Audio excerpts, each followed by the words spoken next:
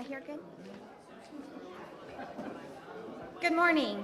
Welcome to the Orland Park State of the Village, the Village with Mayor Keith Pekow. My name is Shannon Rocha. I'm the Executive Director of the Orland Park Area Chamber of Commerce. We are hosting this event this year, and we thank you all for being here. I would like to recognize the Chamber's Board of Directors. If you are here, please stand. Joyce Bebo, President from Cary Funeral Home. Megan Preston, Delaney and Vaughan.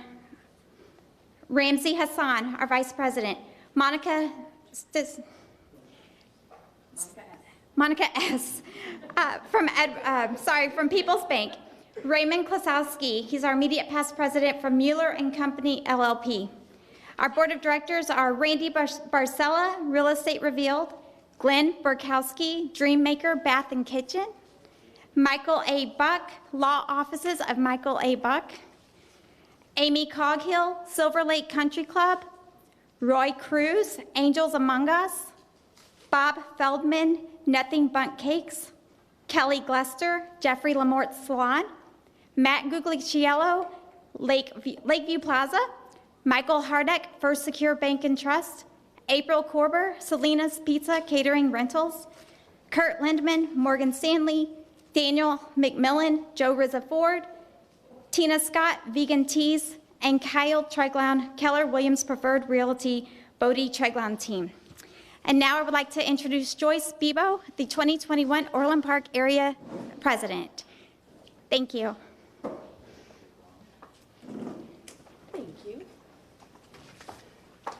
Good morning, everyone. I'm Joyce Bebo with Cary Funeral Home and Cremation Care. I'm also the 2021 president. I would like to first start off with the Pledge of Allegiance, and is the flag behind me? I know there's a flag out in the hallway.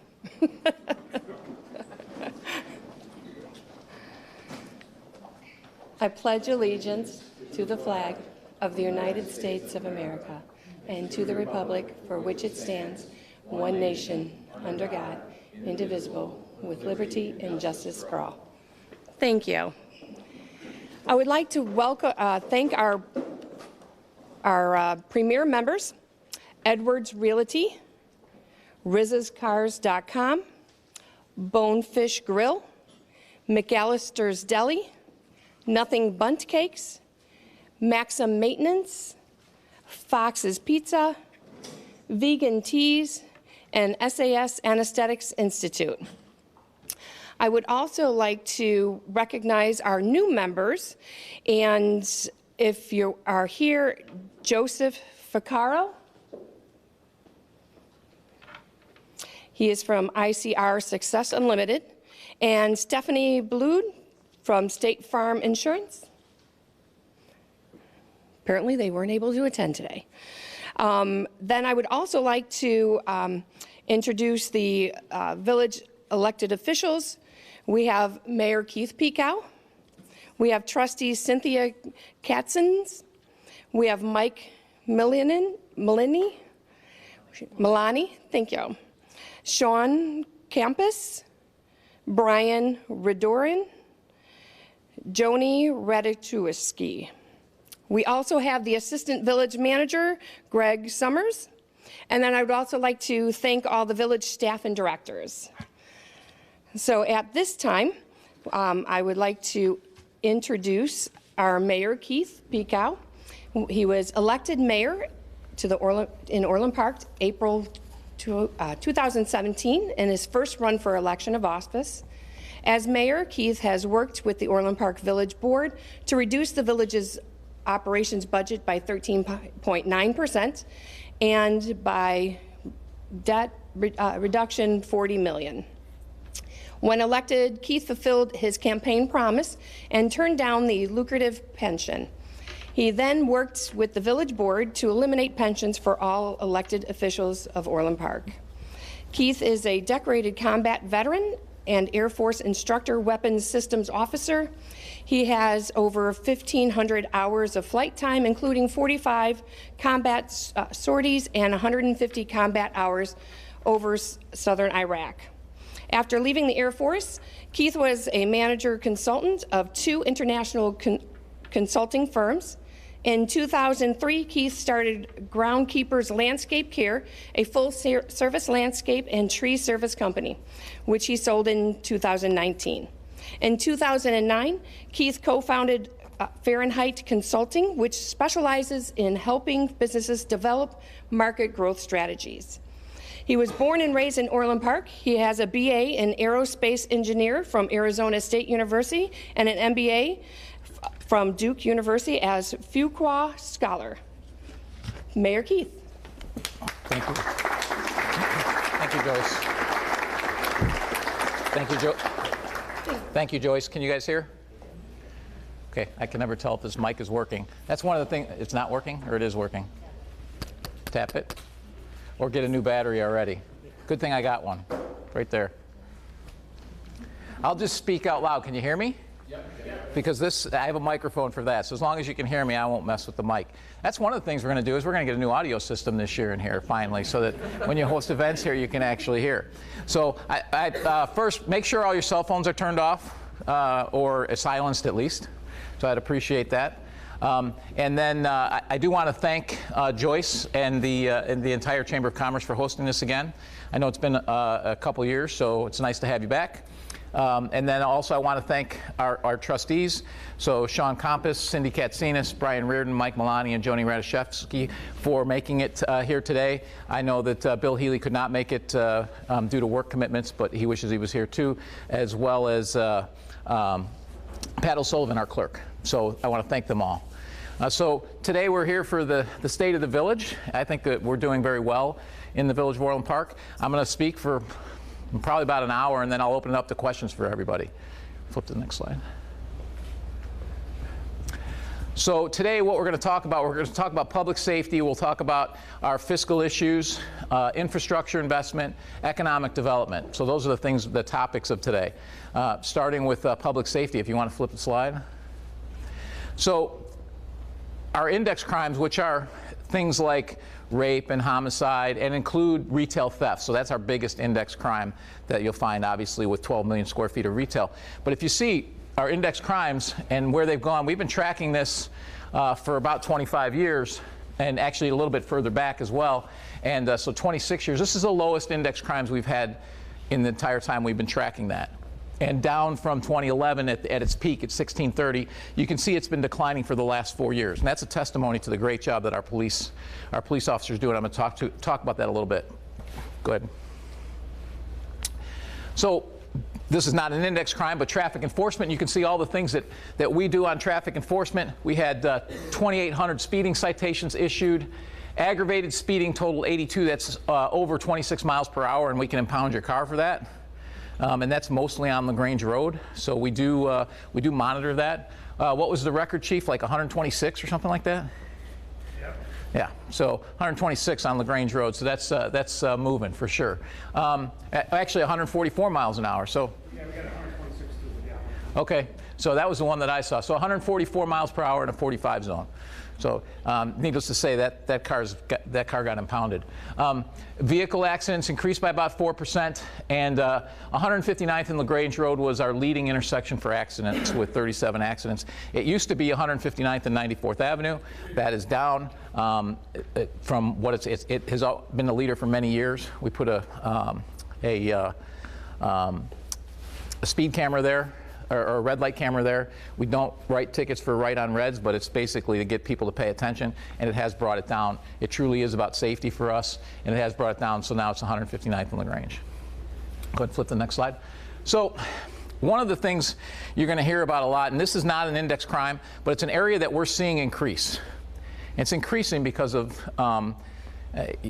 Cook County's behavior towards it, Cook County's unwillingness to prosecute. We're going to talk about that a little bit. So unlawful use of weapon. From January 2019 to April 2021, you can see we've had 46 of them in total. The misdemeanors are 9, Class 4 is 30, 4 Class 2 and 3 felonies, and then 3 Class X, including one that, and we're going to talk about that a little bit later, including one that was recently involved in something else here recently. Let's flip to the next slide. So The problem with these are, we have laws on the books. The problem is we just run a catch and release program. We just let them go.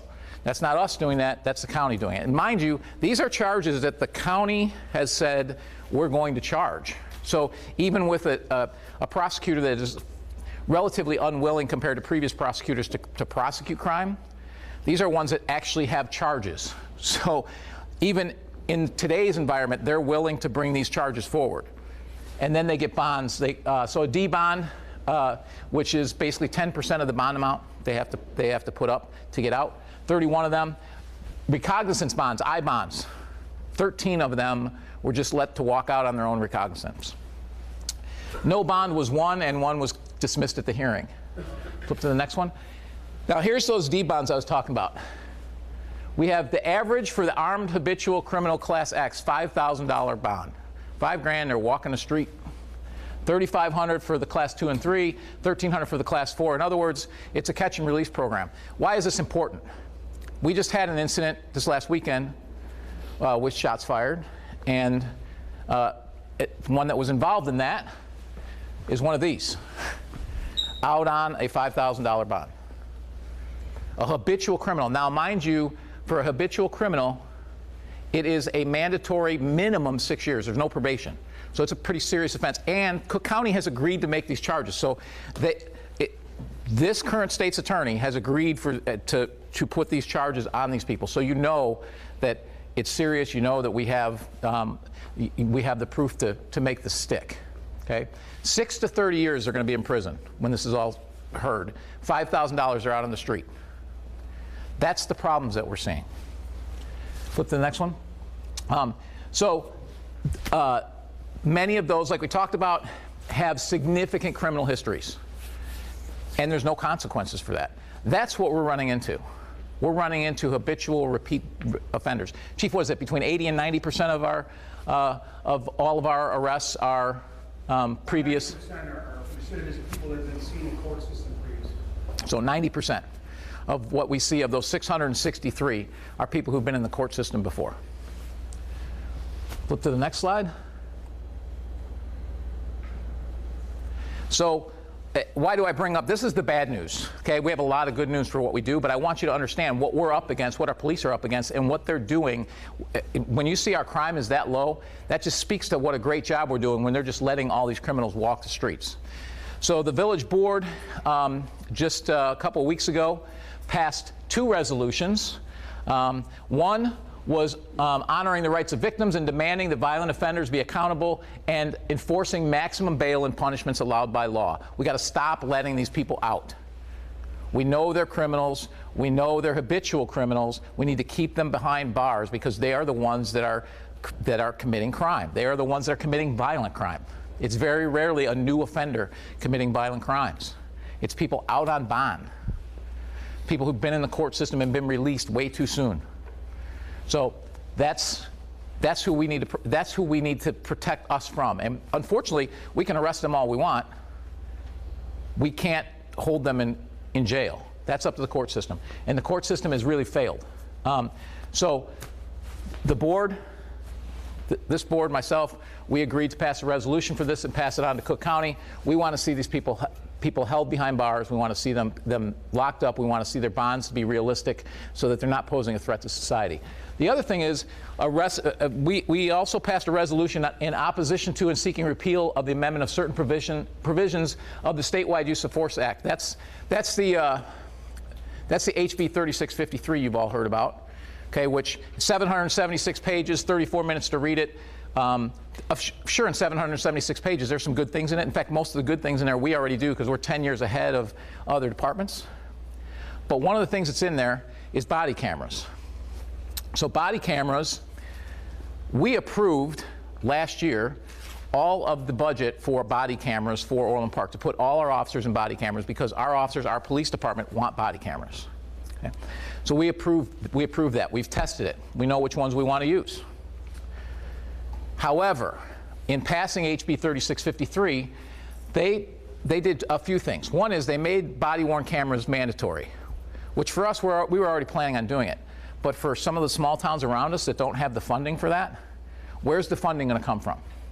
So they need to fund that. And you're going to hear later how the state's pulling more funding away from us as well. Not just us, but other towns. Orland Park can absorb that, but our neighboring towns can't. And when our neighboring towns can't, that falls on us and other towns that are in better position to help them, and we help them a lot. So it's important that the state starts, if they're going to put these mandates in, that they fund it. But more importantly, we need to let our law enforcement officers access to review these recordings prior to completing incident reports or other documentation.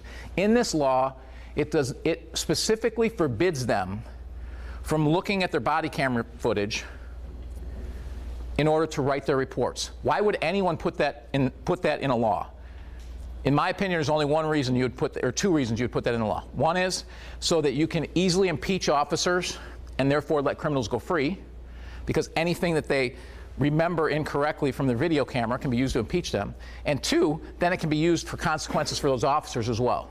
So it's to damage their career. So it's to let criminals go free and to damage their career. We let them use their dash cam footage. Why wouldn't we not want the best, most accurate incident reports for good prosecution? It also makes sure that people who didn't do it, who didn't commit a crime, don't get charged, because we have the opportunity to look at it. And everybody here knows what a memory is like, particularly officers. In a high-stress environment, give them an opportunity to review their body camera footage. As long as that provision is in that law, we will not put our officers in body cameras. We're ready to go, but we won't do it because it puts their careers at risk. Additionally, it makes it a Class 3 felony for a law enforcement officer to fail to turn their camera on. Okay? Intentionally not turning it on, I think every officer would agree, would be inappropriate, and they should be charged. But to accidentally forget, and let me tell you how I'll give you a couple of examples. I've used these examples a lot. How that can happen pretty easily. Okay? Say you're getting out of your car on a routine traffic stop. Okay? Just as you're opening your door, someone almost hits you. Okay? And so you jump back in your car. Well, your habit pattern has now been disrupted, and you could easily skip the step of turning on your body camera. How about you're in a 7-Eleven, you're buying a Coke or a Diet Coke in the back or Pepsi, and you turn around and someone's got the teller, the cashier, at gunpoint. Is their first reaction going to be to turn on their body camera? I don't want their first reaction to be turning on their body camera. Chief, do you want their first reaction to turn on their body camera? I don't think any of us do. But they could be charged with a Class 3 felony. Class 3 felony for that. That's unacceptable. We're not going to put our officers in that position. So we're asking them to clean up this language and fix it before we put our officers. We're ready to go with our body cameras because we can afford it, and we've already approved it. Our officers want to see it. 99% of the time, body cameras support the police decisions. So we want our officers in body cameras. But we're not going to do it if it jeopardizes their career. The state and the county are making it much, much harder for our police to do their jobs. They're prioritizing criminals over us, and that's unacceptable to everyone on this board and probably everyone in this room, and certainly, the bulk of the population. Flip to the next page. That's the bad news, what we're up against. But that just tells you what a great job our police department does. When I start going through these stats, when you see that, with all the pressure against us, with all the pressure coming, through COVID, where they emptied out the jails, what we were able to do last year. So last year, our index crimes went from 948 to 691.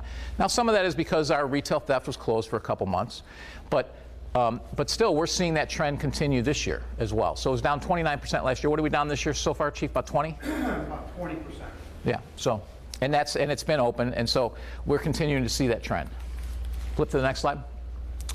Our violent crimes, you'll see. We have very low violent crime. We're number one both of the last couple of years in the state for towns greater than 50,000 for violent crime rate.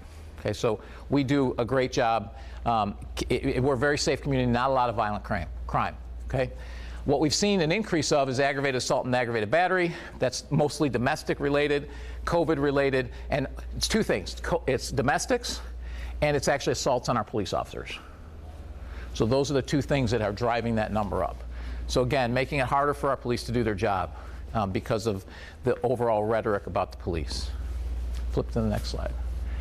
Our property crime statistics, you'll see the theft numbers way down. That's somewhat explainable by the fact that our retail was closed for about a month and a half. So that had a big impact on that. Motor vehicle thefts are the one thing that are kind of remaining high up here. And I think 2 of those thefts did not have their keys and their key fob in the car. The other 26 had them in the car. It's a completely preventable, almost a completely preventable crime. So take your keys inside and also take your garage door opener inside. It's preventable. Because this whole, popping the lock and hot wire, they don't do that anymore. They lift the handle. If they get in, they hit the start button. If it starts, they go. They're gone in a few seconds. Okay, so you can prevent this. Okay, and there's certainly people out there trying that, and we do a lot. We do a lot of calls. We do our 9 o'clock social media to remind you to lock your car, bring your key fob inside, to make sure you have that routine. So we do a lot of that proactively to try and keep this down. We also have a task force with 4 other communities? 5 other communities that we did for this, because it's not just our problem, it's everywhere. And it's on the North Shore, Winnetka, everywhere. They're having the same problem. So just lock your cars. That's the biggest thing to do there. Flip to the next slide. So you see burglary. So 13 is the lowest we've seen in, as far back as we can look. So we've had, very few burglaries. So again, and part of that, I'm sure, has to do with all the Ring cameras that are out there, and people, they're afraid of getting caught. So that has an impact. So again, keep your stuff locked up. That's all. That's the most important thing. Flip to the next slide. Motor vehicle thefts we talked about. Flip to the next one. So the current trend, we just talked about how crimes, you see property crimes are down this year as well. So we continue to see, you got it working? I don't think I need it. Do I need it? Testing 1, 2, 3. Can you guys all hear? If everybody can hear, just leave it turned off there. And if I lose my voice, I'll flip to it. So as you can see, our trend continues downward for property crimes this year. Flip to the next slide. So our property crimes analysis over 5 years, like I said, down every year. Every year it's going down. And there's a lot of reasons for that. A lot of it is because of how proactive we are doing business checks. I'm going to talk about that. It's also because some of the stores that we have that have moved in started immediately filing complaints every time, which will give us a few and give us a spike. But once they know that they're going to get charged, they stop stealing from those places. That's important for business owners. Make sure if someone does steal from you that you file a report. Yeah, it counts against us. We don't care about that. What we want is to make sure that we have record of that person doing it, and we do a great job of clearing crimes. Flip to the next slide. So, and that leads to clearing crimes. So why, with all this pressure, with all of the stuff that's going on in Cook County, which we see every day, there's no question that in the city of Chicago, crime is way up.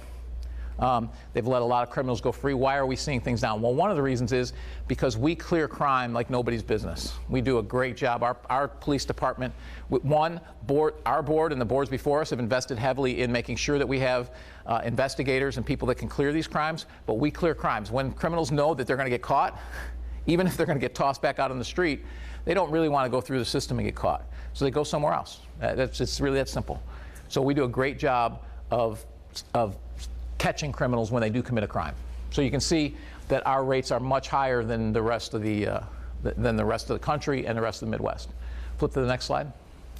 Calls for service. This is the other thing that we do. So you see calls for service, and I've heard people go, oh, see, crime is way up. Calls for service, yeah, they include 911 calls, but they also include things that we do proactively. So a business check is a proactive service call. It still counts as a service call. So when you see an officer writing a report in front of Best Buy, okay, you're saying, well, why are they just sitting there writing a report? Well, they do have paperwork and things they have to fill out, but we want them to fill out their reports in front of those businesses, because guess what? If there's a squad car sitting in front of Best Buy or sitting in front of the mall, chances are the criminal's not going to go in there, right? So it fills a couple of purposes, and it counts as, we count that as a business check. So they've checked on that business to make sure, because they're not just writing the report, they're looking around, they're seeing what's going on. So those calls, those calls for service are largely up because sure, COVID, there were a lot of people bored, and checking on everything and calling all the time, but they're largely up that much because we have been much more proactive about making sure we have a presence at all these businesses, at your businesses, when, particularly during COVID, when you are closed. So a lot more of that. And it's that combined with the fact that we catch criminals, that's why our crime is down. So it's a testimony to our officers and the hard work they put in that are keeping us safe. Flip to the next slide. You can see the calls for service by day. Tuesday, Wednesday, Thursday are when they're busiest. Weekends are when they're not. We're not as busy, so we're busier during the week. Surprisingly, Friday is actually down. I guess it's maybe because everybody's out and they're not really paying attention to what's going on. They're out eating and drinking and starting their weekend. So flip to the next one. Another thing that we do, so we've asked our officers to do a lot. We asked them to do mental health checks. They're not trained mental health professionals, and yet we end up being the first responders on mental health calls. You know, we're the ones that can involuntarily commit somebody if they're mentally ill. The fire department can't. Our police officers have that ability to do that. So we've asked them to do a lot. Now we have a lot of CIT trained officers, crisis intervention team trained officers, probably more than any other in the area around us. So we've been very proactive on that. But one of the things we were able to do is we were able to secure a Department of Justice grant, and I want to thank Chief Mitchell for working so hard to get that done. And what that allowed us to do is fund for 3 years a program in which we have Trinity mental health professionals on call during the day, you know, from like 9 to 9 every day. And if we get out to a scenario, an officer sees that it's a mental health crisis and the person isn't dangerous, they call Trinity, and Trinity will come over and take over that particular call and engagement. So we're there to support, but they actually take that over. And we've seen how much have the committals gone down? I think it's about 33% down, which is substantial savings to the police department, because now our officers are back on the street versus being at the hospital. Yeah, so it's 33% reduction in people being committed and having to go to the hospital. So our officers now don't have to go to the hospital. When they're at the hospital, they have to fill out all that paperwork. Guess where they're not? They're not on the street. They're not doing those business checks. So it keeps our officers where we want them. And it's also helped because now the people that are in crisis are getting the help that they need. They're getting the mental health help that they need, as opposed to going into the criminal justice system. And this was supposed to roll out at the end of this year to 4 other communities. We started rolling it out like 60 days in. We started rolling it out to those 4 other communities because it's been that effective. So this is another example of our police department basically being an example for the whole country on how to handle these types of situations. Flip to the next slide. So you can see the psychiatric committals by age, down 67% compared to 2019. That's even with COVID going on. So getting the mental health professionals there are making a huge impact. Okay? It doesn't burden our healthcare system. It's better for those. It doesn't burden our justice system with things that shouldn't be burdened. And and obviously the most important thing is these people who are in mental health crisis are getting the help that they need. Flip to the next slide.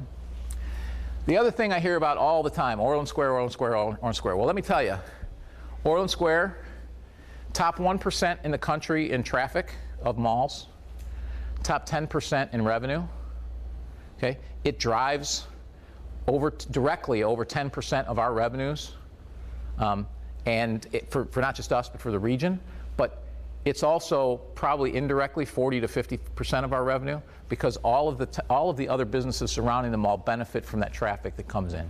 Okay, so what are some of the things Orland Square has done? Well, in the past, you've heard me talk about the partnership and the relationship that we have. You know, we worked together to get the lighting put in at Macy's when Macy's wasn't really willing to spend the money. We worked with Simon Properties to actually put new lighting in their parking lot, because it was the one area that was still pretty dark back there. We have 24/7 access to their security office, which essentially gives us another remote office. Not that we need one, we're about a mile away. It's the fastest response time we have in the entire town is in Orland Square, because we always have officers there, always. They're either plain clothes, they're in uniform, you're seeing squads. It varies because we're not going to tell you what our strategy is, but our strategy changes and evolves all the time based on what we're seeing there. But there's always a presence. So we're there anytime. Sure, get that many people in a small space, you're going to have incidents. But when we have incidents, we're there very, very quickly. So, but one of the things that the mall has done recently, and we worked very hard over, what, about 2 years, 3 years, Chief? Yeah, the long end, about 5. So my entire time here, for sure, we've been working this pretty hard and developed a pretty good relationship with the mall. I have, and so I'm able to have these discussions. And Simon Properties has never instituted a use supervision policy in the world for Simon Properties. They've never done it. And we heard what their reasons for not doing that was. We addressed those reasons, including, you know, that they see a lot of times it's not enforced. And so what we decided, we decided to try and address those issues with them proactively,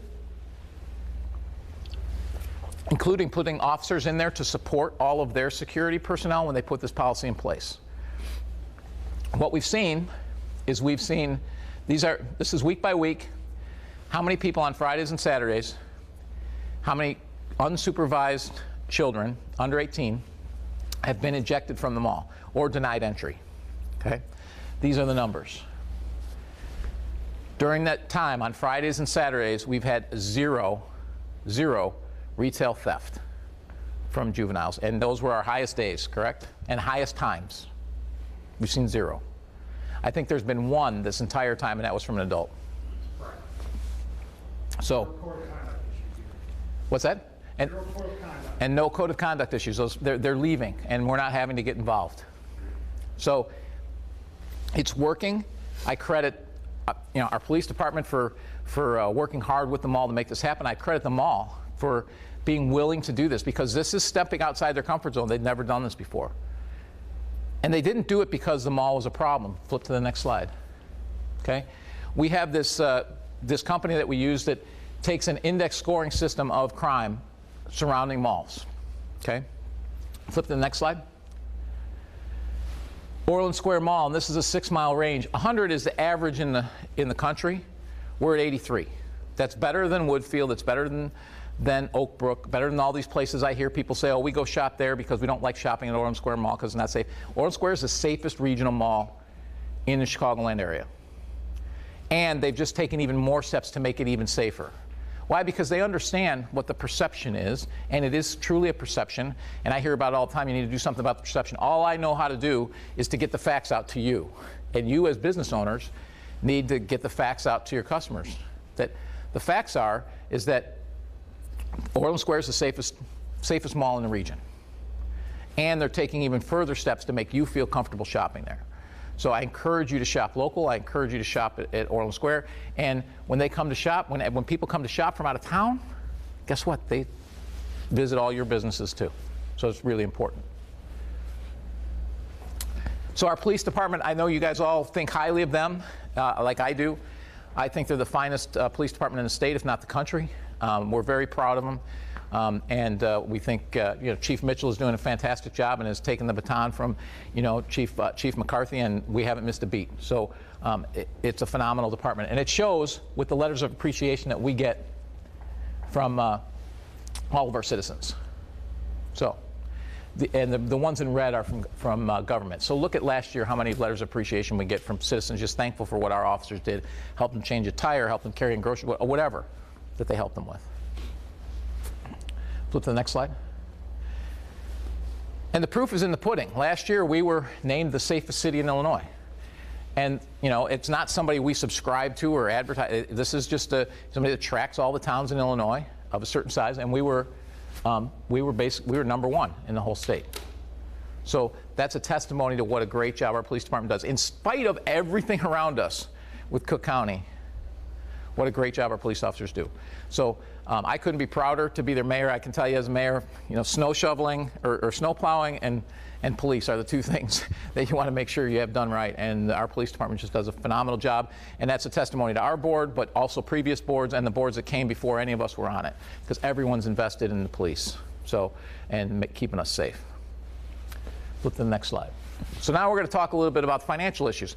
COVID was real. I mean, it had a huge financial impact on us, but we were able to weather the storm. Flip to the next slide. So just to give you a little bit of a background on property taxes, a lot of people don't understand how property tax works. When you see that assessed value on your property, those of you with business properties, you understand what I mean. A home in in Cook County gets taxed at 10% of its value. A commercial property gets taxed at 25% of the value, and then there's exemptions. So the same $300,000 property, a business is paying $7,500, a homeowner's paying $2,300, and a senior homeowner is paying $1,800 on that property. So it's very different. So when you hear businesses complain about taxes in Cook County, that's what they're talking about, is how much higher their property taxes are relative to everything else. So it's a huge burden on businesses, it's a huge burden, which is one of the reasons why you see a challenge to economically develop. Get to the next slide. Orland Park, this is important. We're 6.47% of your total tax bill. So if you look at this and look at where we're at and look at it's District 135 and District 230, your schools are the bulk of your taxes. A lot of the reason for that is because the state says they fund, the Constitution says they're supposed to fund a majority of education. I think District 230 gets 8% of their money from the state. So that's why you see this kind of a tax bill. And then Orland Fire Protection District, then the Village of Orland Park. So almost 80% of your tax bill goes to those other three entities. So given, and granted, Orland Park has, these three taxing bodies only have property tax. That's all they have. The village has sales tax and other means to generate revenue. So, so you can see that you get a lot for a very small percentage of your property tax bill, and we have very little impact on your property tax bill, the village itself. Flip to the next slide. I get a lot of questions, so I keep this slide in here because I get questions all the time. Rebates, when are our rebates come back? When are our rebates come back? They're not, okay? Because if you look at this, in blue here is all of the rebates that we received, how much money we gave back to the citizens in rebates. In those same years, the village took out that much debt, what's in red. So we were borrowing to give you rebates. We were basically giving you a check with your money, and you're paying interest on it. It's like borrowing on your credit card, paying for your groceries with your credit card. Makes no sense. When did the check show up? Does anybody remember? March, right before elections, okay? This is not a new thing. It happens in other towns around us as well, where they do some of this. That makes no sense to me. I'd rather just not borrow the money to begin with. And then in the last year, we actually lowered property tax by $300,000. We lowered the levy, so brought it down a little bit because that's what we could do. So I think that makes a lot more sense than rebating money. Flip to the next. Since the end of 2016, we've reduced our long-term debt by actually it's a little bit more than $44 million. So, but we've reduced debt significantly. So we've reduced it $50 million. All right. So $50 million since 2016, and yes, from 2019 and 2020, we actually borrowed a little bit because COVID took a big bite out of our revenues. But because we had done this and brought our debt down so much, we had capacity to not panic, not make massive drastic cuts, continue to operate, continue to fix our roads, because guess what? If you don't fix your roads and you don't spend that money, the roads still need to be fixed next year, so it's just more money. And you know, all you business owners understand that. You delay your capital, all you're doing is delaying something you have to spend eventually anyways. So it was more cost effective for us to borrow, and we borrow at about a little over 2%. So it's a lot more cost effective for us to borrow effectively and get through this time, continue to operate and not panic, continue to provide services because we could. That's the time for government to step up, is when things are tough. When things are good in here is not the time to ramp up your debt. That's the time when things are good to bring your debt down. And that's what we did. And it put us in a good position, in a strong position, to weather COVID without panicking. You notice the village was open the whole time. Our public works operated the whole time. Our police department did a great job through the riots and all of that. We continued to host as many events as we could. We did them differently, but we tried to do all of that. And that was because we were in a fiscal position to do that. Flip to the next slide. A lot of that's because we reduced our operating expenditures pretty significantly. So it's down to 57.3%, or 57.3 million from 66 million since 2017. So we brought our operating expenditures down significantly. That's helped us financially be in a position where we can handle COVID. Flip the next slide. With that, there's only one way in government really to bring your operating expenses down, and that's to bring your head count down. Because 90% of our costs, over 90% of our costs, are personnel and personnel related. So you can see we brought our part-time staff down, we brought our full-time staff down, so that has all had a big impact. And has anyone noticed a big difference in services? Anyone? That's the point. Nobody's noticed a big change in services. We're able to do it smarter, more effectively, with a little less, with fewer personnel, just by doing things more smartly. So that's the lesson learned here. Flip the next slide. So this slide is the one to me that is kind of the money slide that tells you what's really happening out there. When I arrived, this was the slide that I saw that scared the hell out of me, to be honest. You can see this was these are our reserves. Our reserves, we desire to be at 25%. Our 2017 preliminary numbers had us dipping below that. Our projections, by 2021, we were at 3.7. We would have almost no reserves. By 2023, we're deep into our reserves. So that was the plan. The operating and capital plan had us depleting ourselves of all our reserves and going negative. This is where we're going to be borrowing a lot of money. And we're getting into where bond ratings start to go up and all of those things where it costs us more to borrow, all of that. Obviously, as soon as I saw this, I said, okay, we need to change some things. That's why you see the operating expenditures coming down. That's why you see the head count coming down. That's why you see us paying down debt.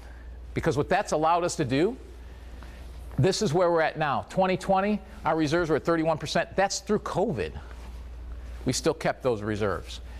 2021, you can see, again, that our budget has us at 30%. Now, we project that it's going to go down. Part of the reasons that we project that it's going down is because we do know that costs, like, those are fairly predictable, that we know how much costs are going up every year for health care and for our employees and their salaries. So we're projecting those costs to increase. At the same time, we project very conservatively on our revenue, and that our revenue is going to stay flat through this time. So because of that, we see this decrease. As we continue to move out, if we manage things properly, when we budget next year, we'll see that purple that's going below 25%. When it's going below 20, it'll be further and further out if we do this properly. So that's the whole goal. But we basically turned us around from what was a pending fiscal cliff to a much better financial position. Flip to the next slide. And when you think about that, that's what the state didn't do. The state, when they first saw that, and they saw it 40 years ago, they just kept spending and spending and spending and spending and spending and spending and spending, and now we know where we're at. And the state's circling the drain financially, while all the rest, we're still doing well, and other towns around us are doing well. So some of the things, though, that we have no control over that really have an impact on our budget, and the state has control over it. So pensions. Two pension systems, really, that we have here. We have our police pension, and we have the Illinois Municipal Retirement Fund. So our police are on the police pension. Everyone else is in the Illinois Municipal Retirement Fund. The Illinois Municipal Retirement Fund is very well funded, as you can see, 92% ratio, which actuaries will tell you is a very, very good funding. I mean, it's well funded. It's pretty much fully funded. The contributions haven't been going. We pay a lot. What do we pay? Almost 11%? We pay 11% of a person's salary into the pension. But the reason why it's well funded is they make everyone pay. They make the municipalities pay. They've always made the municipalities pay. They don't let the municipalities kick the can down the road like the state did. The state said, oh, we're going to kick it down the road. We're going to punt it. We're going to punt it. Now the state pensions are they're a horrible mess because of that. They've always made the municipalities pay because they know that you have to pay into it to get the time value of money and get that to keep it healthy. They know that. They just have chosen not to do it. But they make the municipalities do it, which is fine. I don't have a problem with them making us do it. They should hold themselves to the same standards, and we wouldn't be in this mess. Okay? But you can see our payroll over the last 10 years has only grown 1.8% per year. Okay? In the meantime, pension liabilities have gone up 11.3%. So we're paying more into it every year to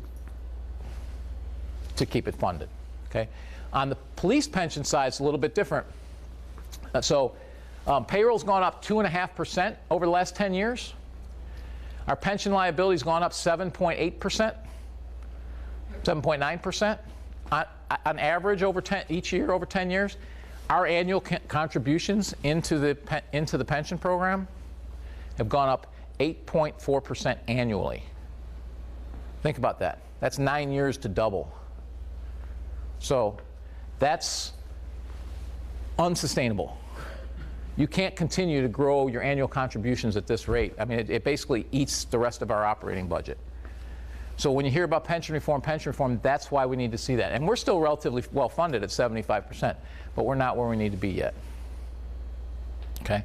And you're hearing the state pensions, you know, some of them are city pensions in the 20s.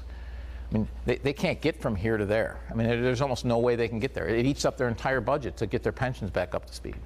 So pensions are, the state needs to address the pension issue. They just, if they don't, there's almost no way that any town can survive. We're in a much better shape than most, but eventually you got to pay the piper. Now, they did put in Tier 2. That's going to help us a lot, but there's already rumors that they're going to sue over Tier 2 to try and move that back towards Tier 1.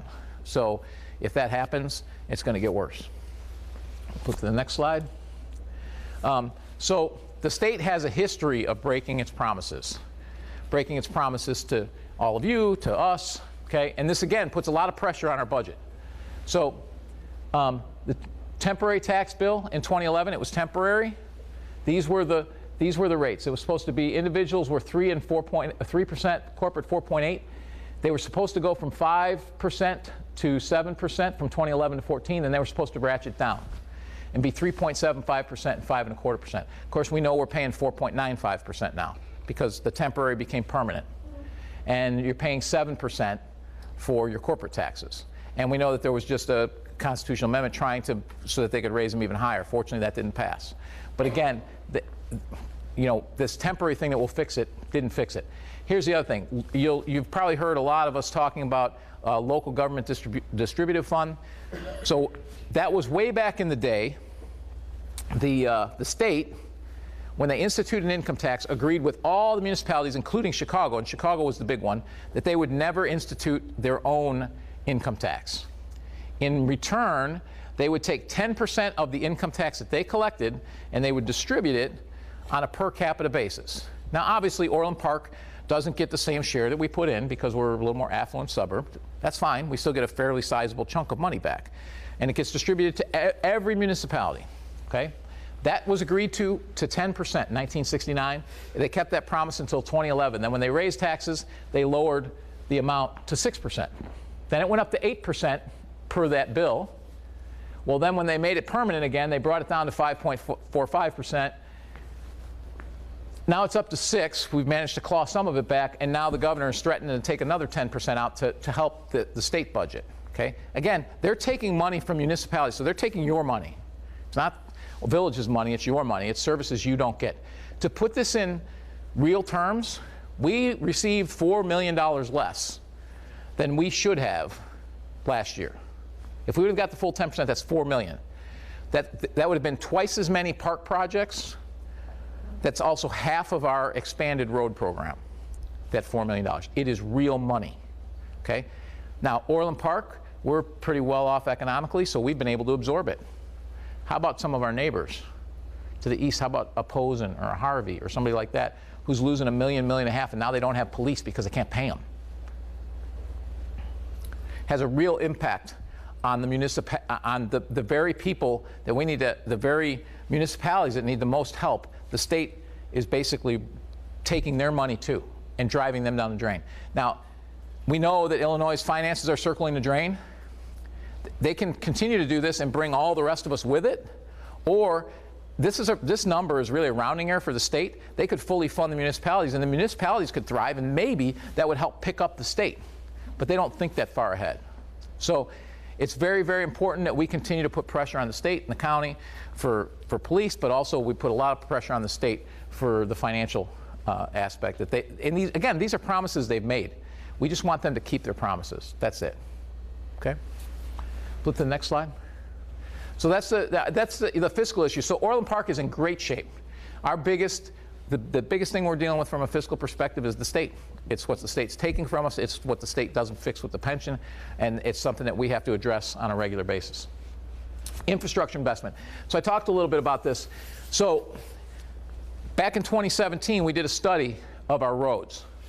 And you see here, 40% of our roads were in poor condition.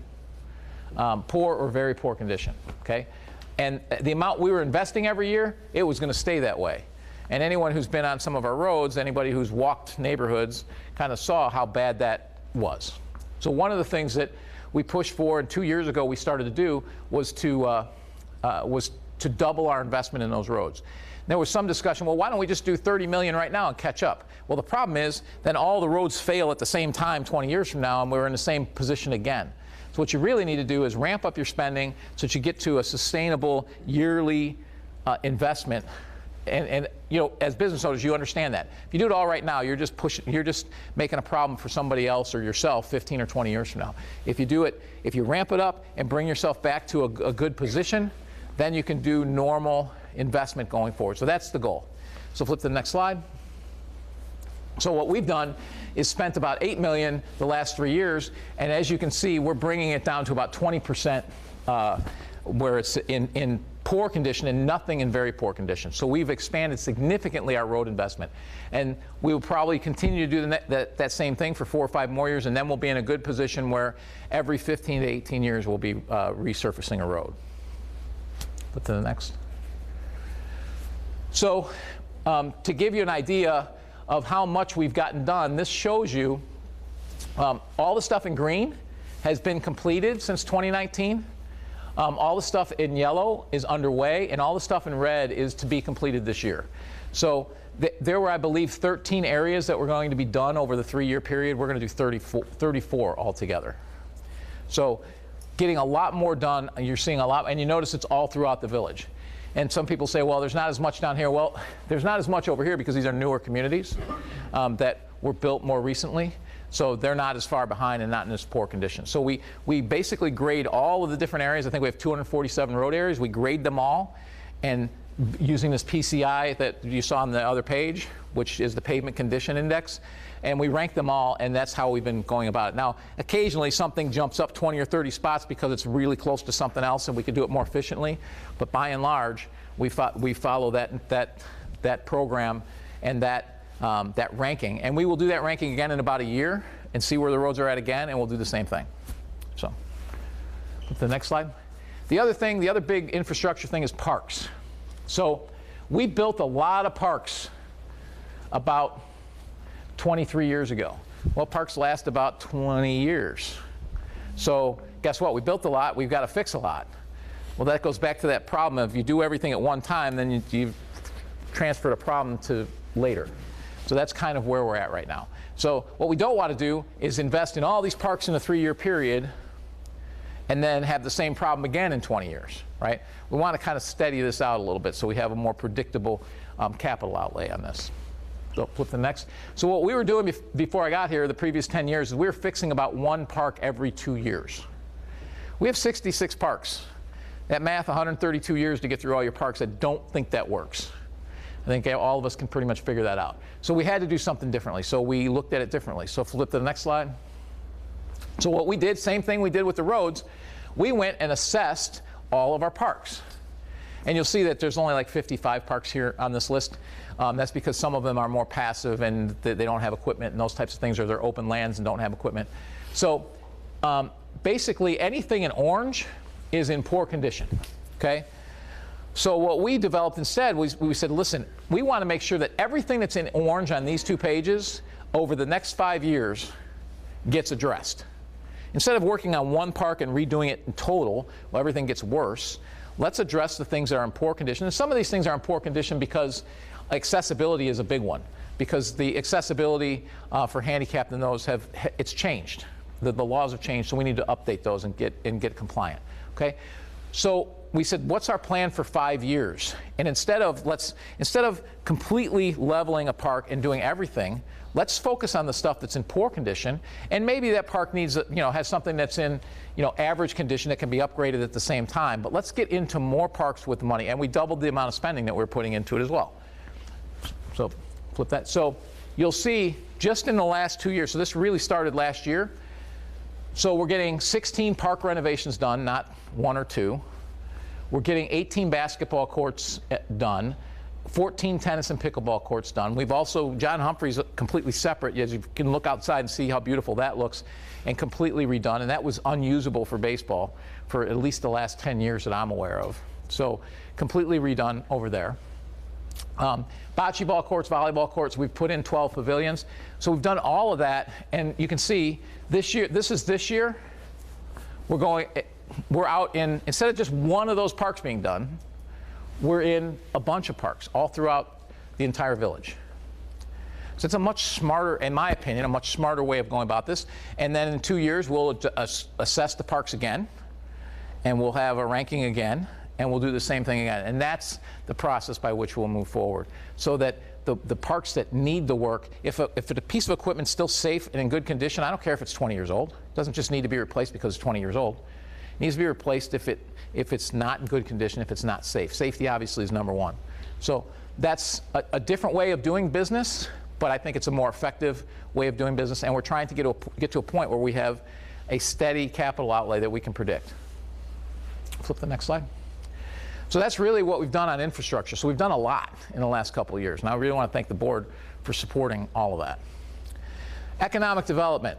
So you guys are business people, so you're looking for economic development. We all want to see economic development. Obviously, if we grow, it increases our tax base. It allows us to keep providing services. So flip to the next slide. So last year, we did the Orland Park Shop, Dine, and Play program, which helped a lot of your businesses, and we put a lot of marketing into that. And so with that, we're going to play a few videos in this segment, and you can see the advertisement, if you haven't seen it, that we did last year and is still running.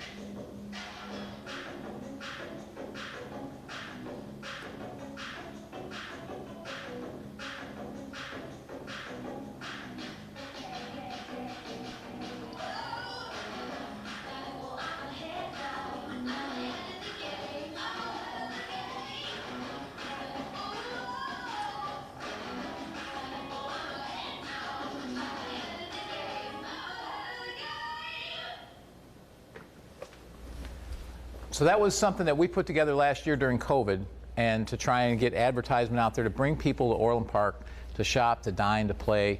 You know, obviously there's a lot of segments of Orland Park. We're a retail center for sure, but we have over 150 restaurants as well. So almost 200 if you include coffee shops and ice cream places. So we have a lot of that. We obviously have a lot of recreation activity, 15,000 acres of forest preserve that touch or are either in or touching Orland Park. We have all of the parks that we have, 66 parks we talked about. I think it's 200, I think we have 650 acres of park and 250 acres of open space as well. So we have a lot going for Orland Park, so we wanted to try and get that message out. Flip to the next slide. So we've instituted several economic development programs to help businesses and residents, and the ones that you see highlighted here are the ones that we put in place to help existing businesses during COVID. Okay, these other ones are to backfill vacant restaurants. We knew even before COVID we had a few vacant restaurants, so it's an incentive to share sales tax for vacant restaurants. If anyone has any restaurants that they think might want to come here, bring them here. We're willing to share sales tax for 10 years. Nothing from nothing is nothing, so we'd rather see them filling these spaces and share the sales tax. That helps get them in there and defray a lot of their capital costs. But the existing hotel incentive that we put in place allowed a share back of some sales tax from existing hotels because we know that the hotel industry was extremely hurt through all this. Now we only have a couple, but still that was to help them. Small business sales tax sharing. Hopefully, did anybody here in this room take advantage of that? So what we allow anybody who was a small business, as defined by the Small Business Administration, was allowed over, I think it was July, August, and September of last year, we shared back 50% of any sales tax they collected to help them through the times that they were shut down, because the retail was particularly, they were closed. So it was particularly challenging for them. So that applied to retail and restaurants. I think there was about 120, 130 businesses that took advantage of that. Yeah. So we're doing what we could. The Shop Dine Orland, that's what you saw there, and we were also giving rebates or gift cards for people for spending a certain amount of dollars. They were getting money back to hopefully bring them back to Orland Park and shop again. That really had a positive impact for the auto dealers. They were able to close a lot of sales, they said, versus Indiana. And the tax difference, they were able to use that incentive to do that. Flip to the next. So Orland Park, through all of this, through COVID, we've heard, the economy, and we all know the economy's taken a huge hit. Orland Park's done amazingly well through all of this time. If you look at the amount of development, construction, and everything else we've still had during COVID, I think it speaks volumes to the strength of Orland Park. So you can see here, annual permits. 2020 really wasn't much different than 2017, 18, and 19 as far as our construction permits that we did. And this year, so last year, January to April, we saw a downtick. Not surprising, people kind of hunkered down in March and April. Didn't know what to expect, so I think there was a lot of that. But you can see this year, January through April, we're already far exceeding anything we've seen in the previous 4 years. So I think that speaks volumes to the activity and the attraction of Orland Park. And there's still economic challenges throughout the country, but Orland Park is doing extremely well, doing way better than most. Next. So in spite of COVID-19, we still attracted an awful lot of businesses. You see the restaurant. So restaurants and retail, Duluth Trading should be over on retail. The rest of those are restaurants. So you've got Flaves, It's Not Meat, Stan's Donuts, which people loved, the Taqueria, Los Camales, and Clean Eats. Anything you see here in bold took advantage of some of those incentives that we have, at least one of them. So you can see that those incentives are working. You see retail and others. You've got Moran Family Brands brought their office headquarters here. It's about 50 employees. Pete's Fresh Market's coming. Angelo Caputo's REI is coming next year. 82 Orland Square is a medical office redevelopment. It's an oncology center. It's going in the Robert Morris behind the mall. That's already in progress. So, we've got X Golf coming. Well, Duluth Trading got 2 looks. I guess maybe they're serving food now. But auto, you can see all the expansions on auto. Joe Rizza's expanding again. BMW's expanding. Got a couple car washes. And then in residential, we're still seeing a lot of residential as well coming up. in the last year. So we're still seeing a lot of development here in Orland Park, and compare that to any other town in the Chicago area, and I think we're doing better than any of them. Flip to the next slide. So one of the areas we hear about all the time is I-80 corridor. And you know, I heard in the last few months how, oh, nothing's happened in the I-80 corridor. Well, the problem with the I-80 corridor is these are long-term projects, and then COVID didn't help. And the first thing we had to do was reestablish the relationship with the landowner, who there was no relationship with, and he pretty much owns all the land out in the I-80 corridor, so for Orland anyways. The other thing is that Mokena has a similar issue, so does Tinley Park. So got together with the mayors of Mokena and Tinley, and we talked about working together to develop that corridor. Because frankly, a Panduit-like building going into Mokena is still good for Orland. People will live here, people will shop here, you know, so it's good for the region. So if we can work together, and if you know something doesn't work in Orland, I'd rather see them land in Mokena or Tinley than land outside of the region and land in Naperville or up on the north side. So we're working together on that. And you know, so far we've established those relationships. We've established relationships with the state of Illinois. I know that we have been finalists for a couple of projects in there, some that we haven't heard from yet, some that we didn't get. But the only way you hear about it, the only way you get one is to continue to throw in for those. And keep in mind, we're competing for projects that, you know, might be looking at 50 different states and 180 different sites like the Department of Agriculture was. And we were actually, you know, got past the first round, but they ultimately chose Kansas City. Well, that could be a decision that has nothing to do with Orland Park. It's just they want to be in Kansas and in Missouri, in that area. So, but all you can do is keep taking at bats, and hopefully eventually you get something that lands there. And so we've put together a marketing video for this group as well.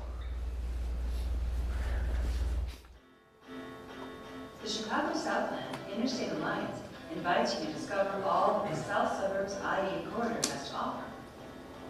Located only 23 miles from the Chicago Loop, 16 miles from Chicago Midway Airport, and 32 miles from Chicago O'Hare Airport, the I-80 corridor, with quick access to Interstates 80, 355, 57, 294, and 55, 7 metro stations, and 2 rail lines, boasts of a residential population of over 4 million within a 25-mile radius, and easy access to a metropolitan market of over 9 million. Located in Chicago's southwest suburbs, the Chicago Southland Interstate Alliance I-80 corridor caters to every business demographic, making the communities an ideal business and residential location. The corridor zoning is flexible for a variety of uses such as corporate campuses, office, research, advanced manufacturing, retail, entertainment, and dining options.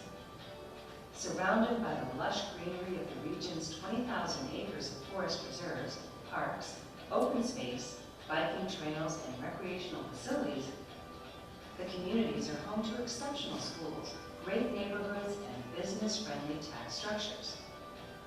The Alliance is comprised of the villages of Orland Park, Mokena, and Tinley Park, working together with businesses to promote the 5-mile corridor adjacent to the 3 communities, with Orland Park having approximately 200 acres ready to develop, Mokena more than 300 acres, and Tinley Park several hundred acres ready to be developed.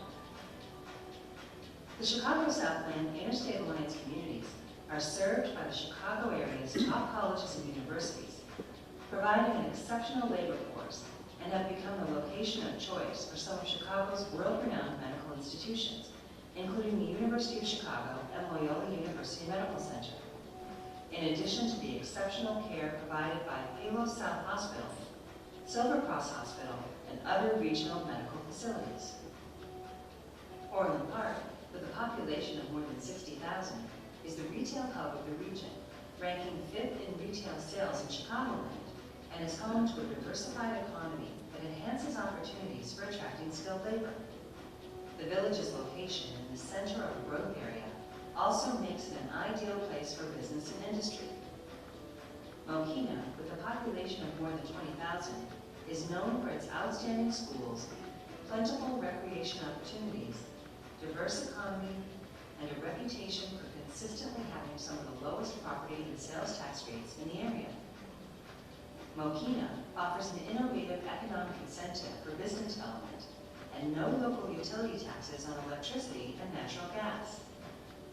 Tinley Park, with a population of more than 57,000, is known throughout the region for its Hollywood Casino Amphitheater, the Tinley Park Convention Center, and a wide array of retail and dining options. Boasting a healthy and diverse business environment, Tinley Park has one of the strongest and most stable economic climates. Notable companies that call the Interstate 80 corridor home include Panduit, a world-class engineering and manufacturing firm that provides innovative networking and electrical solutions. Ozinga, the fourth-generation family business that provides concrete, bulk materials, and energy solutions. Provisor, a wholly owned subsidiary of CC Industries, was formed in 2009 to help global food processors gain competitive advantage by using the latest technology, application innovation, and service to grow the global supply of safe, nutritious, and affordable food. The Horton Group, an insurance, employee benefits, and risk advisory firm with international facilities around the globe, and the ATP Group, Inc., an employee-owned publishing company that develops training materials for career and technical education, industrial training, and apprenticeship programs. The proven successful leadership of the Chicago Southland Interstate Alliance communities provide great opportunities for business growth and expansion. These communities are known throughout the Midwest for being fiscally responsible, having low crime rates, and being the perfect places to live, work, and raise families. Each community offers unique assets that cater to every corporate need, including office, healthcare, manufacturing, distribution, education, government, entertainment, commercial, retail, and hospitality industries. Our leaders are dedicated to business diversity and growth, and our communities have easy access to skilled labor, transportation, education, and the cultural advantages of the entire Chicago metropolitan area.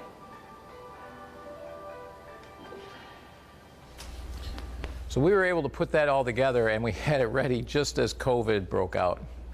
Obviously that set what we were doing in the corridor back a little bit, and it's delayed us a year, but we're looking forward and excited to continue to push for that corridor to develop. And again, a rising tide lifts all boats. So if Mokina and Tinley get the development, that's still good for Orland Park. And eventually we want to see that whole region. And the other thing I didn't mention is that's all in Will County, by the way, which means we don't have to deal with the Cook County tax issues. And the Will County Center of Economic Development is also heavily involved in this as well. And you think of Will County, you think of logistics and transportation. That's one thing we are not focusing on in that corridor. We're focusing on businesses that are not that. We don't need more truck. There's plenty of places in Will County for trucking and logistics.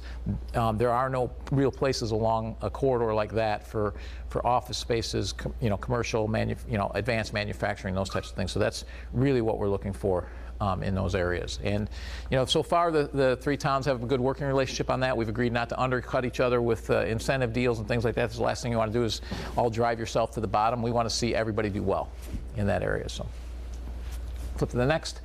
So this is our I-80 corridor. So we rezoned that actually just slightly before I came into office. So this is just a concept of what it could look like.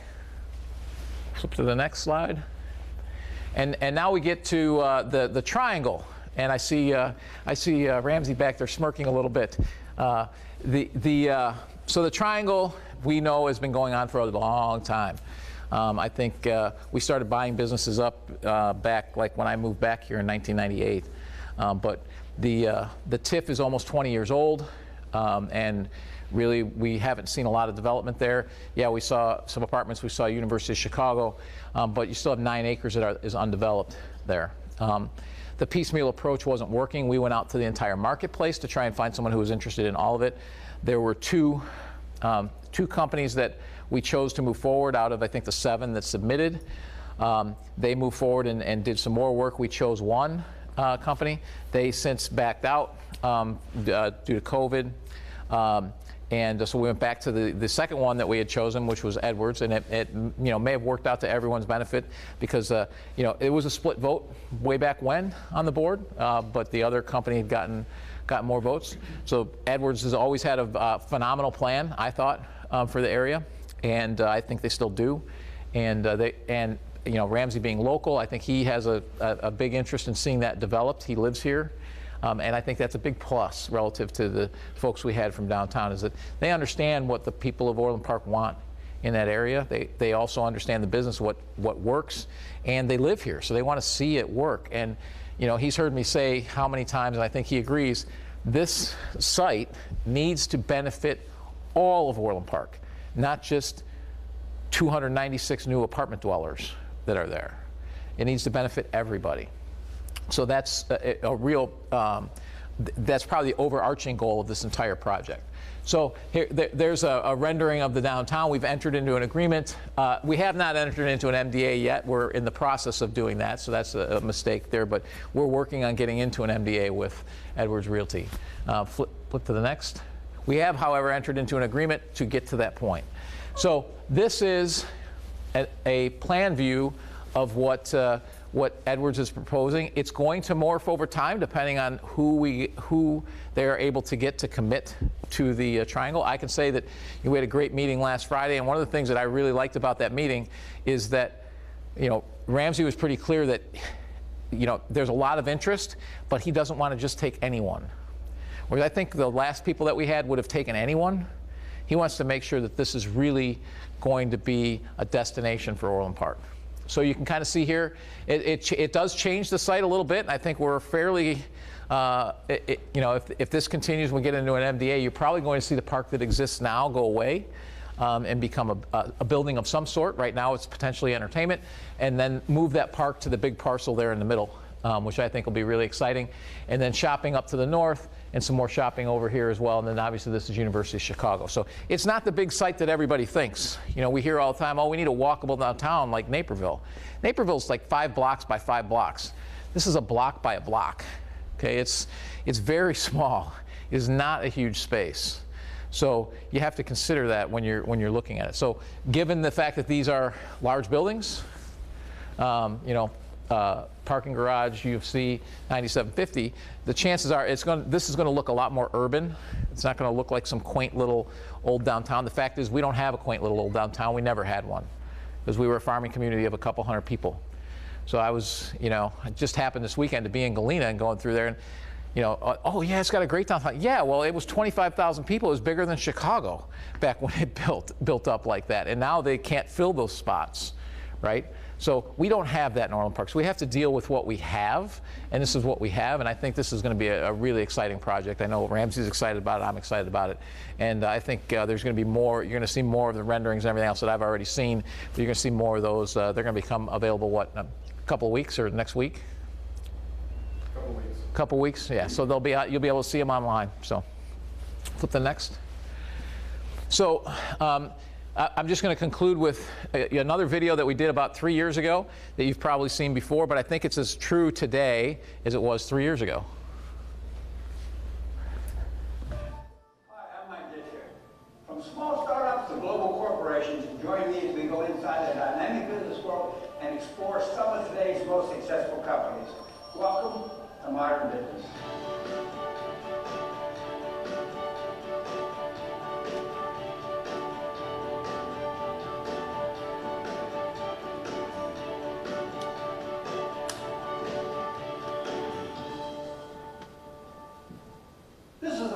Diverse country in which we take pride. New ideas sprout up every day, and some have the potential to make your tomorrow vastly different from anything you've ever known before. In the heart of the Chicagoland trading area, just southwest of the Windy City, lies a special place to call home. Originally a small farming community settled in 1834, it quickly became the thriving center of business, shopping, and dining it is today, although it never strays far from its true heritage. Welcome to the village of Orland Park, Illinois.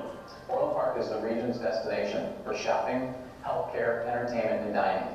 We have a thriving business community, an educated workforce, great schools, and great access to Chicago via 5 interstates within 15 minutes and 2 train lines. Our park system, 4 preserves, youth programs, and low crime rate offer a great quality of life for families and for businesses to thrive.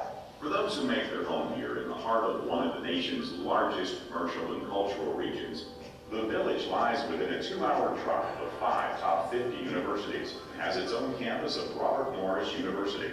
Exceptional healthcare lies minutes away from the University of Chicago and a major cancer center, both in Orland Park, along with 3 nearby regional hospitals, including a level 1 trauma center. The University of Chicago chose Orland Park because of its leadership, its geographic location, and engaged population.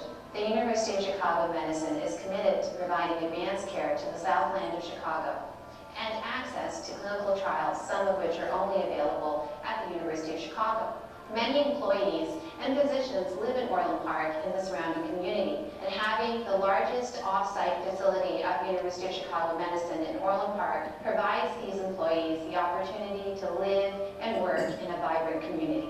Orland Park enjoys a diverse economy with industries ranging from corporate headquarters to locally owned businesses and regional healthcare facilities. Orland Park is known for its retail economic base, but those of us that live and work here know that Orland really has a much more diverse economic base.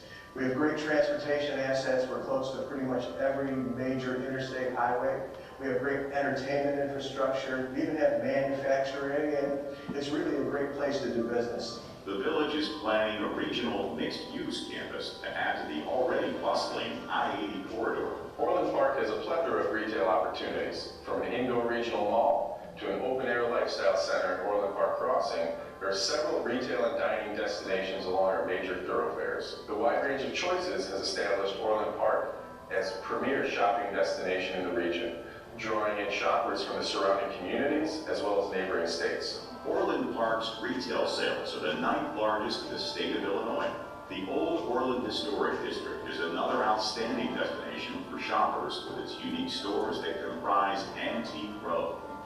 Orland Park boasts 64 public parks, more than 30 miles of trails, and more than 15,000 acres of forest preserves nearby. We have great schools, a strong business base, and we're fiscally sound. We also have several great locations for development. Orland Park is a great place to raise a family and grow businesses well into the 21st century. Orland Park, Illinois offers residential, corporate, retail, recreation, and dining that make it worthy of the title, the crown jewel of Chicago's Southland. So aside from Robert Morris being closed, I think the rest of that is as true today as it was 3 years ago. And Ramsey looks a little older and a little more stressed after COVID last year. Yeah, tell me about it.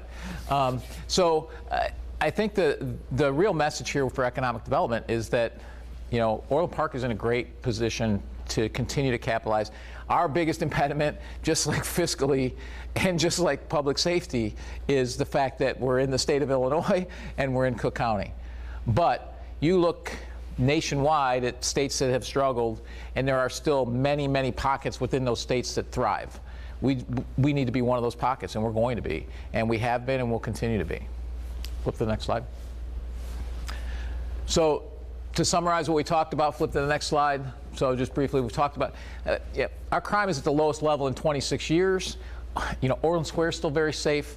We need to get the county and the state to change some of its policies.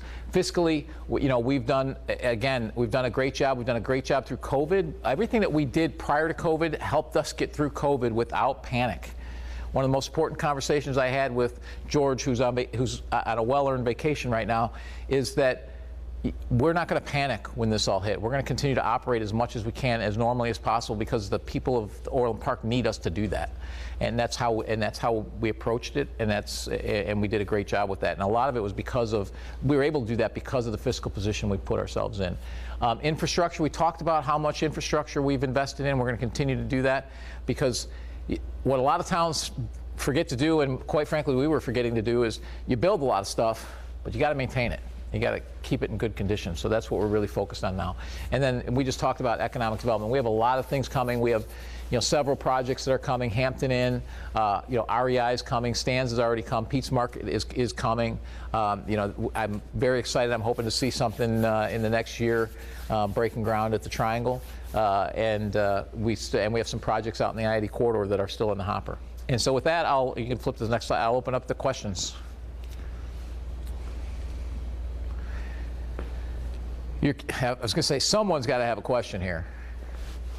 When we looked at the I-80 corridor and your original creation of this corridor, an agreement between the three towns, there was open conversation about perhaps the need of a Wolf Road interchange off of I-80.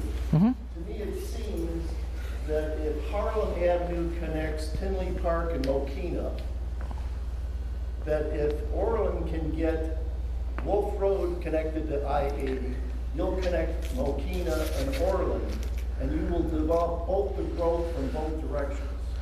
Has there been any headway in that conversation? So, the question, for those who didn't hear it, was about the I-80 corridor and about an I-80 interchange. So obviously we do have a connection between Mokina and us with LaGrange Road, but that corridor, what it's missing between LaGrange Road and 355, there needs to be another exit. That's been acknowledged.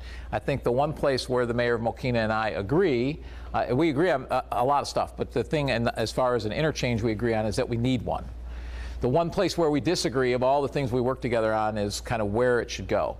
And Mokina has some very obvious problems with Wolf Road. If it gets off on Wolf Road heading through a residential area, due to the planning that they've done, that they just have residential all the way down that area. So that's maybe the ideal location for us. There are some other alternatives, like we could do it off of basically an extension of Will Cook into Route 6, and so we're looking at that as well. But that's something that, now with all the infrastructure money potentially coming from the federal government, that's something we're looking at very, seriously to get on the books. It takes a long time to make these things happen. We're also working on getting I-80 widened, ideally to 8 lanes. Right now, supposedly it was going to be the governor's signature project, and then it's completely, they haven't done any work on it. And that was to get it to 6 lanes. So I actually have a meeting next week with that coalition group to try and get that widened as well. When that is widened, that is going to be the right time to build that interchange. And so we are, it's definitely on the books. It's something that we don't forget about, we talk about all the time. But the reality is, I think even if we agreed tomorrow, we're probably still 10 years from getting it done.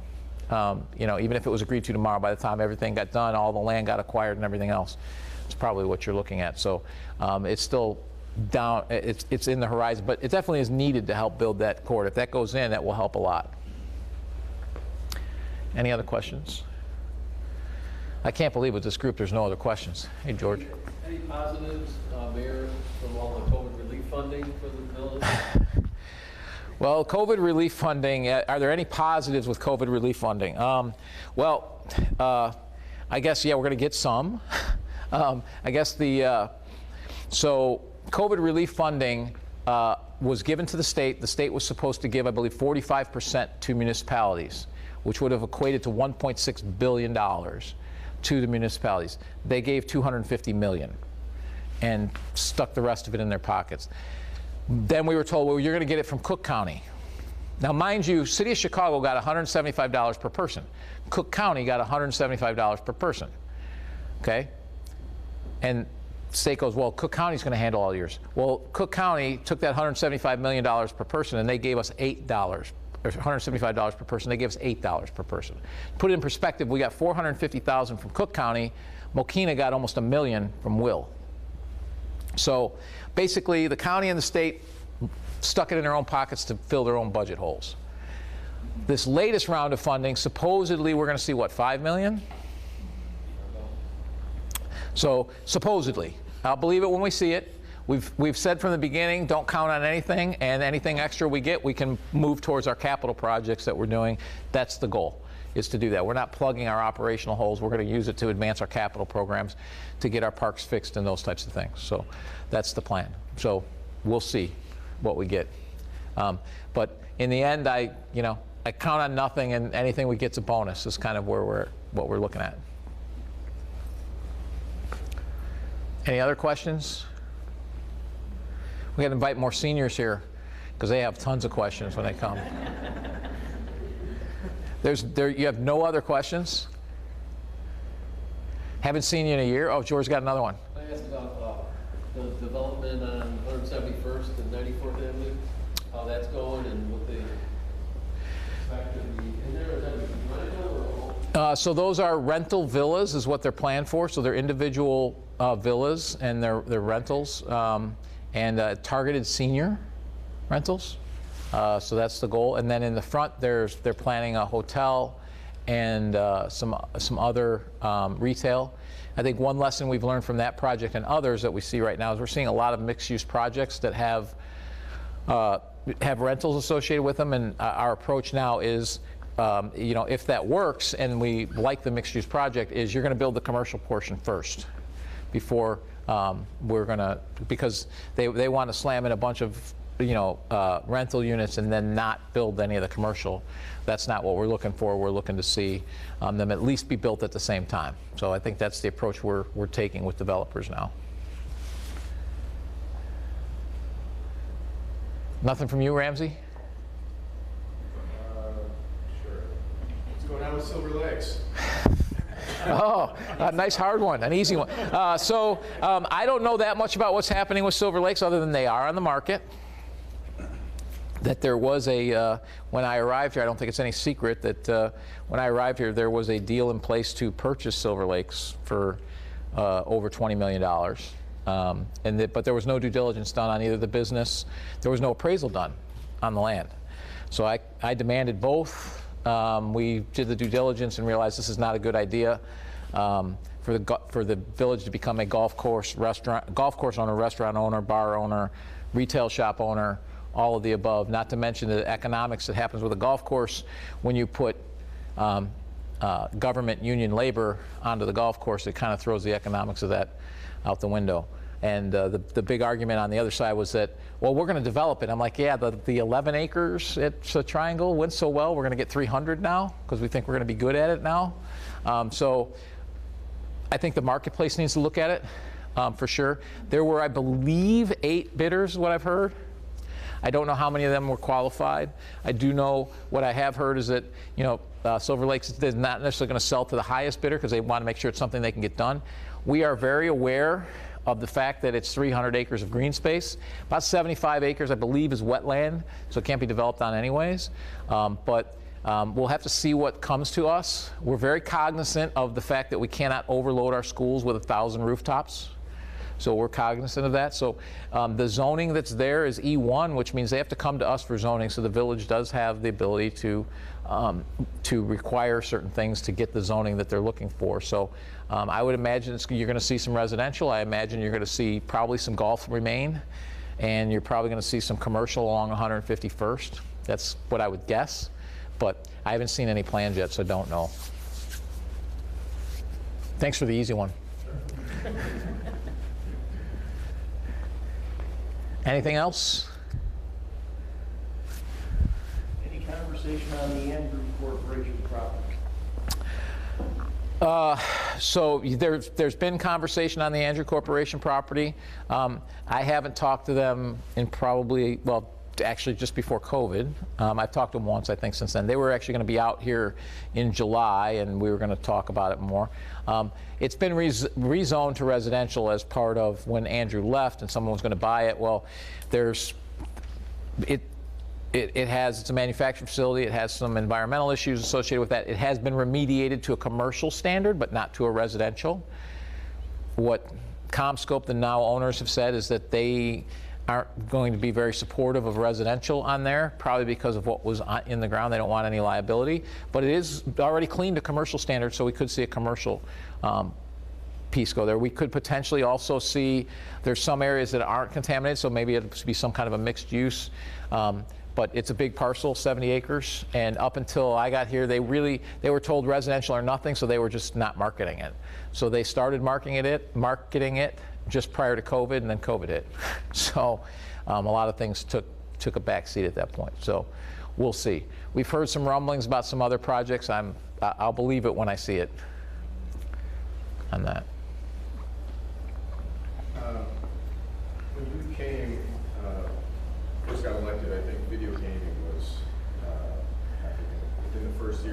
split within the village. Has that been, considered a success and helped fill some of these budget gaps?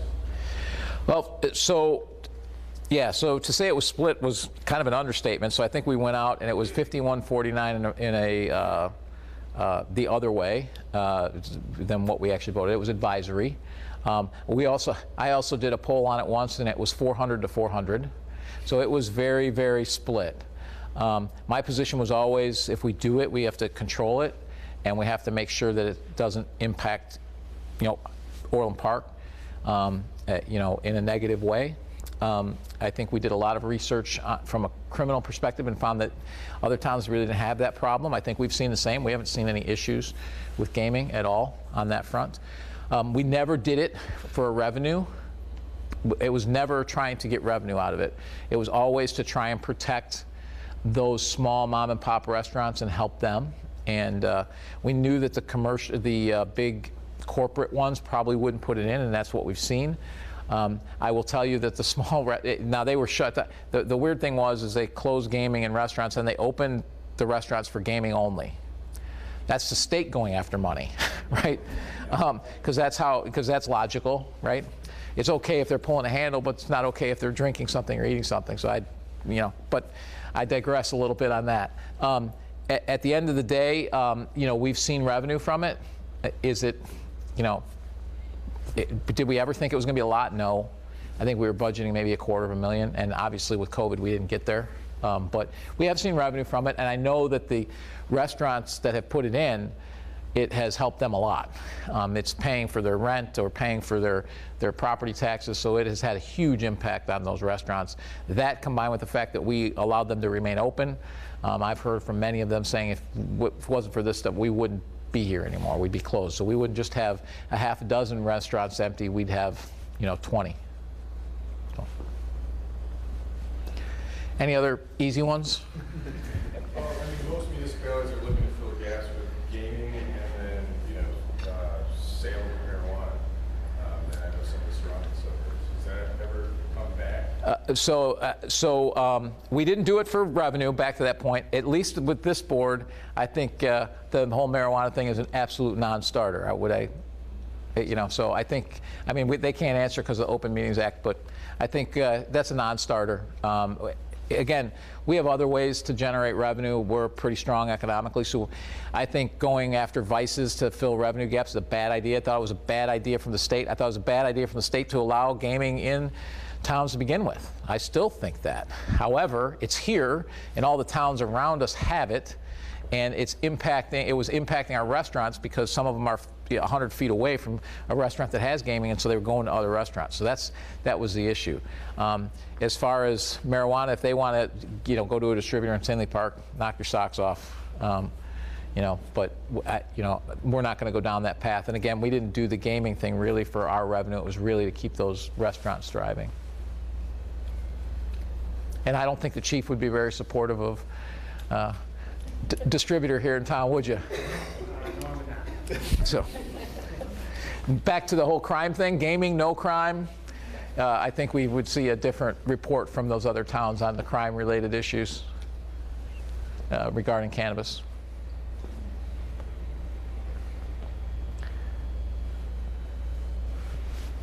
I hate to keep harping on transportation, but any plans of the 4-lane 143rd Street to match all the way to Will Cook? It's our #1 project. It's been our #1 project since I've been here. 159th was just started, so it's been our #1 project. It was the #1 project for the Southwest Conference of Mayors. I believe now Will County is also supporting it. So we've got support from Will County. We've got support, not just support like a letter of support, actual support like as part of the process, they have some points they can give towards projects. They're actually giving us some points even though it's not in Will County. Same thing with the Southwest Conference of Mayors, they're doing that.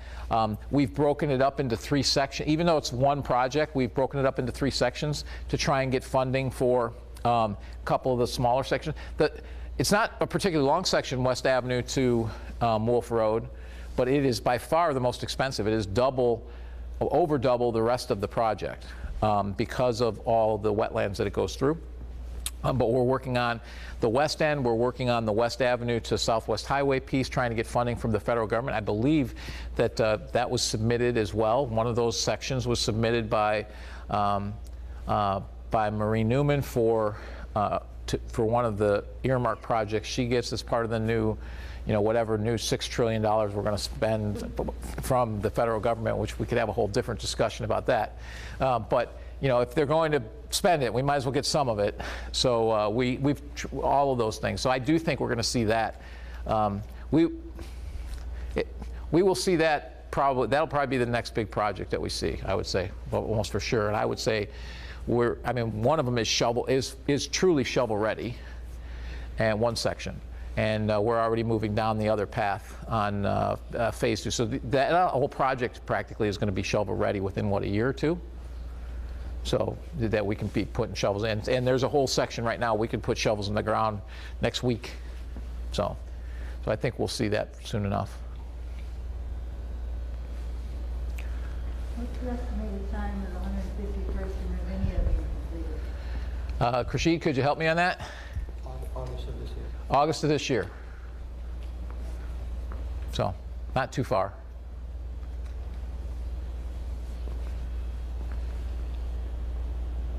And it's on schedule. It's on schedule, not behind. And so no questions like about 179th and Southwest Highway and why we don't have a signal there yet? So it was built in October. It was done. And we found out, IDOT, try going and typing IDOT into Word sometime and see what it autocorrects to. They had, it's a stoplight. What does a stoplight need to operate? Electricity. What did IDOT forget to do? Run power to the stoplight. I'm not kidding. They did not run power to the stoplight. And of course, we know the kind of winter we had, so that's going to turn on in the next couple of weeks, right? Yeah. So that's going to turn on in the next couple of weeks. So it's a good thing we got it done last year for the winter. It is a much cleaner intersection. It'll be good when that stoplight is turned on. So, did you raise your hand back there, Joe? Well, there's just one burning question that I have. Oh, God. It's important to me, and you probably don't want to hear it. But how did the podunk town of New Lenox get ZZ Top and we did not? Because the podunk town of New Lenox has been doing these things for over a decade. And so they have a history of having done these concerts and selling out their tickets because they've been doing it forever. So, they've been doing it longer than anybody else. So that's the issue. The issue is that we don't have any reputation yet. And the first time we did it, we're in COVID, right? So, we had one concert the fall before, then we hit COVID. So we haven't had a chance to establish that yet.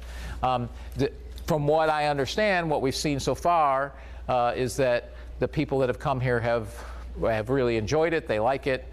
So we're getting a good reputation, but we just haven't established a reputation yet. That's the big thing. Anything else? Well, to the concerts, I look forward to seeing you at all the concerts this year. And we're not going to have squares, and we can actually maneuver around and everything. But we had them last year, but this year they should be great. So look forward to seeing you there. Look forward to seeing you out at the Taste of Orland. And I want to thank you all for coming again. I want to thank the Chamber for hosting us again after a little bit of an absence. So it was great to have you host it. And again, thanks for coming out. Thanks for the great questions. Hopefully we answered them all. Thanks.